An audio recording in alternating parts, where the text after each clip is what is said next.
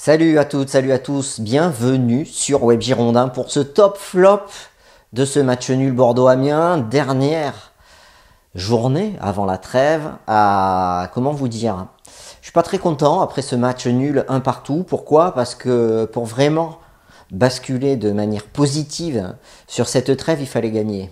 Il fallait gagner pourquoi? Parce que si on regarde, si on fait le calcul sur les 3 derniers mois, si on fait le calcul sur les matchs gagnés en Ligue 1, ben c'est très faible. C'est très faible les matchs gagnés en Ligue 1. Alors oui, c'est vrai, on ne perd pas depuis 9 matchs. Et les matchs qu'on gagne, je le rappelle, il y en a un de Coupe de la Ligue, il y en a deux de Coupe d'Europe. Compétition, on était quasiment éliminés. Mais bon, on a joué notre chance à fond.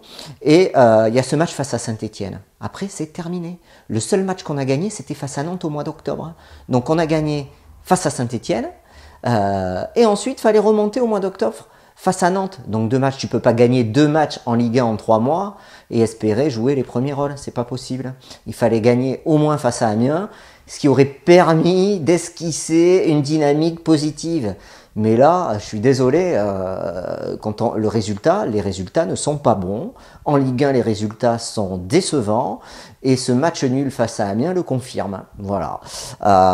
Donc il y a pas mal de choses à dire, et notamment sur la gestion du turnover qui est finalement, même si on ne perd pas, ne pas perdre ça n'a jamais fait avancer. Et puis je crois qu'en Ligue 1 si tu fais des matchs nuls toute la saison, tu as 38 points, tu es quasiment relégable. Hein, donc voilà, donc bon, 22 points, 12e place, le 5e est à 30 points. Donc il y a 8 points d'écart entre le 5e et nous. Alors certes, on a 2 matchs de retard, mais les autres aussi ils ont des matchs de retard. Donc ça veut dire que face à Marseille, il va falloir aller gagner à Marseille. Et surtout, les matchs de janvier, il va falloir aller s'imposer tout de suite dans les premiers matchs de championnat. Est-ce qu'on en sera capable? Je ne sais pas. Voilà, donc je suis très déçu du résultat et de la manière. Allez, la composition d'équipe. Parce qu'il y a quand même, on a vu quand même des bonnes choses et de très mauvaises. Donc on va regarder ensemble les tops et les flops. La compo, Costil dans les buts capitaine, il faisait son retour après la Coupe de la Ligue. Palencia, Koundé, Pablo et Maxime Pounget en défense. Otavio le ragueur sans carré, exit basique. C'est vrai que quand tu es un peu bon, on te fait pas jouer un deuxième match parce que ça serait con que tu confirmes. Kalou, Brillant, Kamano en pointe. Voilà. Donc voilà, déception c'est Basic. Pounget, bon, on a l'habitude, hein, il est dans le turnover qu'instaure le coach entre les 3 latéraux. En fait, à droite, il y a toujours Palencia ou Sabali, et à gauche, ça alterne entre Sabali et Pounget. Voilà, donc bon, pas grand chose à dire. La déception sur Basic, même si on verra que le Ragueur, au final, a fait peut-être techniquement un de ses meilleurs matchs. Moi, j'ai eu cette impression, même si c'est vrai que c'est léger, mais par rapport à d'habitude, je trouve qu'il a été meilleur. Allez, les tops et les flops. Costil. Un arrêt à la 43e sur une erreur de Lefchou qui se fait prendre, il bouge bien son angle. Une parade à la 81e du pied, et puis on sentait qu'on allait en prendre un, et puis il peut pas grand chose sur le but, il se fait fusiller par l'Amiénois. Voilà, donc plutôt un match correct, un bon match de Costil qui a repoussé les assauts adverses. Voilà, à un moment donné, il ne peut pas tout arrêter, il faut qu'il soit aidé un minimum par sa défense. À noter le très bon match du gardien adverse, Gürtner, qui est un très bon gardien, lui aussi. Palencia, alors, Palencia, j'ai mis dans les tops.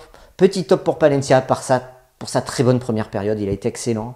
Et puis son centre, j'aime quand les latéraux sont décisifs, et là, il est décisif, il fait un centre au cordeau du droit en plus. Tête de Kalou, but, il n'y a rien à dire, il était sur tous les ballons, j'ai aimé son match, même s'il y a une petite baisse de régime en deuxième période, il a vraiment été là. Un des rares joueurs au niveau, un des rares non, mais un des joueurs au niveau ce soir face à Amiens, donc c'est un top pour Palencia. Koundé, très bon match de Jules Koundé, peut-être un peu de passivité sur le but, où il laisse centrer le joueur. Mais sur le reste, il a fait tout ce qu'il fallait, il a été bon. J'ai même cru qu'il allait nous faire une Slavia Prague dans les dernières minutes et se projeter vers l'avant. C'est dommage qu'il ne l'ait pas fait. Je pense qu'on pouvait le tenter, mais bon, il y avait ce point à préserver, point qui ne fait pas avancer, ou très peu. Voilà, donc bon match de Jules Koundé. Pablo, alors Pablo, je vais pas porter de jugement sur... je vais pas qualifier sa prestation puisqu'il est sorti à la 29e minute sur blessure à la cheville. Voilà, avant ça, il avait été assez bon. Remplacé par Lefchouk qui a fait une mauvaise rentrée, premier quart d'heure, donc possède une occasion. Et après, sur le but qu'on prend, il tarde à se replacer pour aller un petit peu aider, mais pas un petit peu, pour aller aider Maxime Pounget en difficulté. Et il est un peu lent, voilà. Donc bon, match très moyen de Lefchouk, on le sait, c'est un défenseur central, il est lent. Voilà. Dans les duels, il est là, par contre, il est très lent dans ses déplacements. Donc moyen. Maxime Pounget, je mets un flop. Alors avant qu'il y ait ce but, il allait certainement prendre un petit flop, même avant le but. Pourquoi? Parce que il y a une occasion, il s'est pas centré. Il s'est pas centré et techniquement c'est toujours trop juste. Alors j'ai noté, c'est 63e, il y a 3 ou 4 Bordelais dans la surface, il a le temps de centrer, il rate son centre quoi. Non, tu peux pas rater ton centre à des moments importants. Quand tu mènes 1-0, que tu dois doubler la mise pour te mettre à l'abri. Et sur le but, il est impliqué, il est dans la surface, il est au contact d'un joueur, mais il y en a d'un adversaire, mais il y en a un autre dans son dos. Il se replace, il se fait lober par le ballon, il tourne, bref, il se fait passer par l'attaquant et ça fait but. Voilà. Donc Mercato, il va falloir recruter un latéral gauche. Voilà, je pense que c'est quelque chose d'important. Otavio, bon match d'Otavio, match sérieux, voilà, ni plus ni moins. Le Ragueur, alors le Ragueur, je créditerai d'un bon match par rapport à d'habitude parce qu'il a perdu peu de ballons, c'est la sensation que j'ai eue. Techniquement, il a été beaucoup plus juste, il est allé vers l'avant, il a tenté des choses, des ouvertures, il a été dans la surface. Moi, ça m'a plu, son match m'a plu, donc je trouve qu'il a fait un très bon match. Pas un top, mais un très bon match. Younous Sankaré, accélérateur, coup de rein, dynamiteur. De l'aisance technique, on le voit, il fait la différence pour accompagner et mettre en difficulté les défenses. Malheureusement, c'est pas décisif. Sorti à la 85e minute et remplacé par Cornelius. Cornelius, une entrée assez peu remarquée, voilà. N'a pas apporté grand chose. François Camano, flop. Alors François Camano, moi il m'agace à toujours faire sa spéciale, on rentre intérieur, surface, frappe du droit, mais arrête de le faire, ou alors si tu le fais, réussis-le. Mais à un moment donné, il faut arrêter, quoi. Tout le monde le sait que tu fais ça, François. Soit tu réussis, soit tu le fais plus. Mais arrête de tenter ou invente autre chose pour déstabiliser les défenses, parce que là, ça ne surprend plus personne. Voilà, donc je l'ai vu s'agacer aussi du manque de service de ses partenaires. Voilà, donc c'est un petit flop remplacé à la 60e par Yann Caramo, et je vais parler tout de suite de Yann Caramo. Aujourd'hui, un petit pont dans ton camp ou à 40 mètres du but adverse, ça ne fait pas gagner. Faire des beaux gestes techniques, c'est bien, mais il faut qu'ils soient utiles dans le jeu. Quand tu les fais à 40 mètres du but adverse, je trouve que ça sert à rien.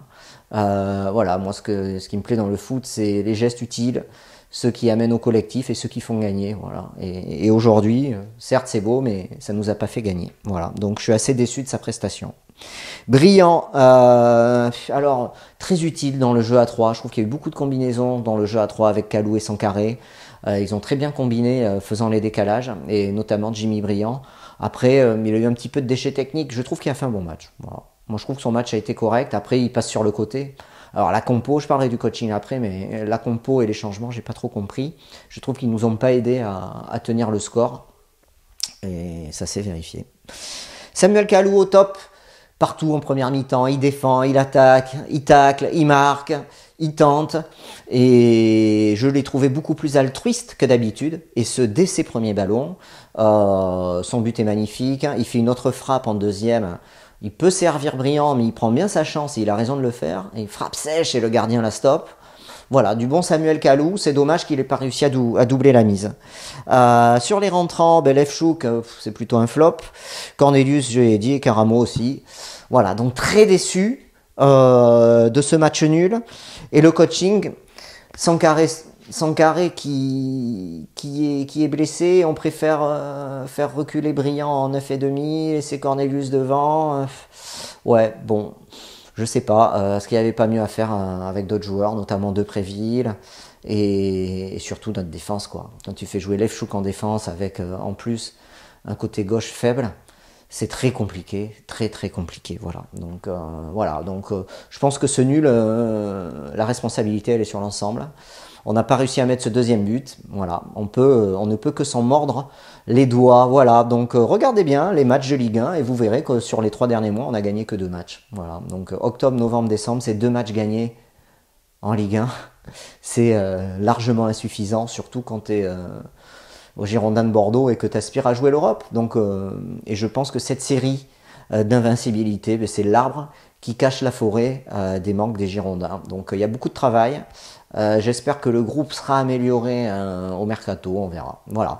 J'en profite pour vous remercier de votre fidélité au top et au flop. On en a fait, j'en ai fait des tops et des flops sur Web Girondin et on en a regardé après chaque match. Ça a été animé cette année 2018. Merci de l'avoir suivi sur Web Girondin. Restez connectés parce qu'il va se passer des choses.